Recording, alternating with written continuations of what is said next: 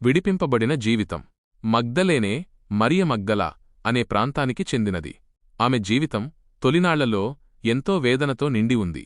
ఆమెను 7 దయ్యాలు పీడిస్తుండగా ప్రభువైన యేసుక్రీస్తు ఆమెను దర్శించి ఆ అంధకార శక్తుల నుండి విడుదల దయచేశారు. ఆధారము మార్కు సువార్త 16వ అధ్యాయం 9వ వచనం. నేటి కాలంలో కూడా చాలామంది మానసిక ఒత్తిడి, వ్యసనాలు, పాపపు బంధకాలనే దయ్యాలతో పోరాడుతున్నారు. యేసు ప్రభువు ముట్టుకుంటే ఎలాంటి బంధకాలైనా తెగిపోతాయని మరియ జీవితం మనకు నిరూపిస్తోంది. 2. సేవలో అంకితభావం. యేసు ద్వారా విడుదల పొందిన మరియ కేవలం కృతజ్ఞతతో ఆగిపోలేదు. ఆమె తన జీవితాన్ని, తనకున్న సంపదను ప్రభువు సేవకే అంకితం చేసింది. గలిలయ నుండి యెరూషలేము వరకు ఆమె ప్రభువును వెంబడించింది. కూజా భార్యయైన యోహన్న, సూసన్న వంటి మరికొందరు స్త్రీలతో కలిసి ఆమె ప్రభువుకు పరిచర్య చేసింది. ఆధారము లూకా సువార్త 8వ అధ్యాయం 2 మరియు 3వ వచనాలు. నేటి సంఘంలో స్త్రీల పాత్ర ఎంత కీలకమో మరియ జీవితం తెలియజేస్తుంది. దేవుని సేవ కేవలం పురుషులకే పరిమితం కాదు. రక్షించబడిన ప్రతి బిడ్డ తనకున్న వనరులతో ప్రభువును సేవించాలి. 3. శిలువ చెంత మరియు సమాధి వద్ద. శిష్యులందరూ భయపడి పారిపోయిన సమయంలో కూడా మగ్దలేనే మరియ ధైర్యంగా శిలువ చెంత నిలిచింది. ప్రభువు మరణం తర్వాత ఆయనను ఎక్కడ ఉంచారో గమనించింది.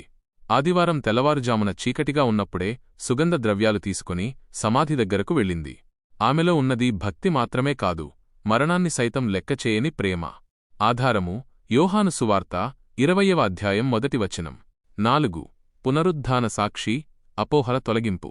పునరుత్థానుడైన యేసు క్రీస్తును మొట్టమొదట చూసిన ధన్యత ఈ మరియకే దక్కింది. ఆమెను యేసు పేరు పెట్టి పిలిచినప్పుడు రబ్బీ అని పిలిచి ఆయన పాదాల చెంత పడబోయింది. ఆయనే ఆమెను పంపి శిష్యులకు ఈ శుభవార్త చెప్పమన్నారు. అందుకే ఆమెను అపొస్తలులకు అపొస్తలురాలు అని పిలుస్తారు. ముఖ్య గమనిక: చరిత్రలో కొందరు మగ్దలేనే మరియను పాపాత్మురాలైన స్త్రీగా లేదా వ్యభిచారిణిగా చిత్రించారు. కాని బైబిలులో ఎక్కడా ఆమెనలా పేర్కొనలేదు.